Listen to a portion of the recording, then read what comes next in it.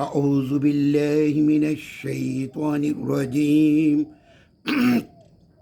بسم الله الرحمن الرحيم সূরা আনআম আয়াত ৪৯।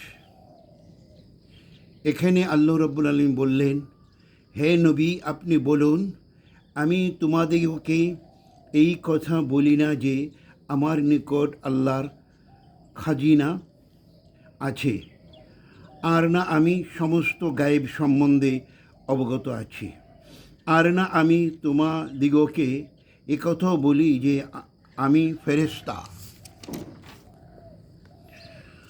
আমার নিকটে যে ওহী আসে আমি শুধু উহারই অনুসরণ করি। আপনি বলুন, অন্ধ ও চক্ষুষ্মান কি সমতুল্য হতে পারে? তবুও কি ভাবিয়া দেখে না?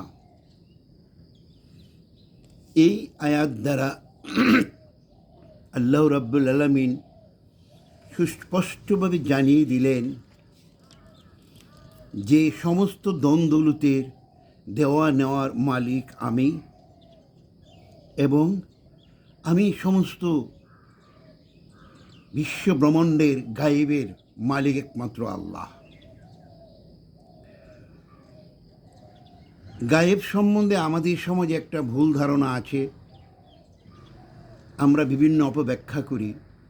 মনে রাখবেন, গায়েব হলো ওই বিষয়বস্তু আল্লাহর সৃষ্টি কেউ যেটাকে জানে না, সেটার নাম হলো গায়েব বা ইলমে গায়েব যেটি বলেন। কিন্তু এটা যদি এক ব্যক্তি, নবী, রাসূল অথবা সাধারণ মানুষ জেনে ফেলে, তাহলে সেটা আর গায়েব থাকে না, সেটা কি জাহির হয়ে যায়। আমাদের এই কোরআনের আয়াত দ্বারা সুস্পষ্ট আল্লাহ রাব্বুল আলামিন জানিয়ে দিলেন যে সমস্ত কিছু গায়েব সম্বন্ধে অবগত আছেন আল্লাহ রাব্বুল আলামিন। কালকে কি হবে, এরপরে কি হবে, বা কিছুক্ষণ আগে আমি বাঁচব কি বাঁচব না, সেই গায়েবের খবর একমাত্র জানে কে? আল্লাহ। তাই আসুন আমরা আল্লাহর উপর বিশ্বাস স্থাপন করি। আমার হায়াত, মওত, রিজিক, দম দৌলত, আমার যাবতীয় সব কিছু একমাত্র আল্লাহ রাব্বুল আলামিনের তরফ থেকে আসে, এবং আল্লাহ রাব্বুল আলামিন আমার প্রিয় নবী হযরত মুহাম্মদ সাল্লাল্লাহু আলাইহি সাল্লামকে যাহা শিক্ষা দিয়েছেন, উনি আমাদেরকে যেভাবে যেটা শিক্ষা দিয়েছেন আমরা ঠিক সেটা সেভাবে আমল করার চেষ্টা করি। জাল, জয়ীফ, মৌলবীর কথা, পীরের কথা, বাজে কথা এগুলি আমরা পরিহার করি, সহিশুদ্ধ আমল করি, জান্নাত লাভের চেষ্টা করি। ধন্যবাদ সবাইকে।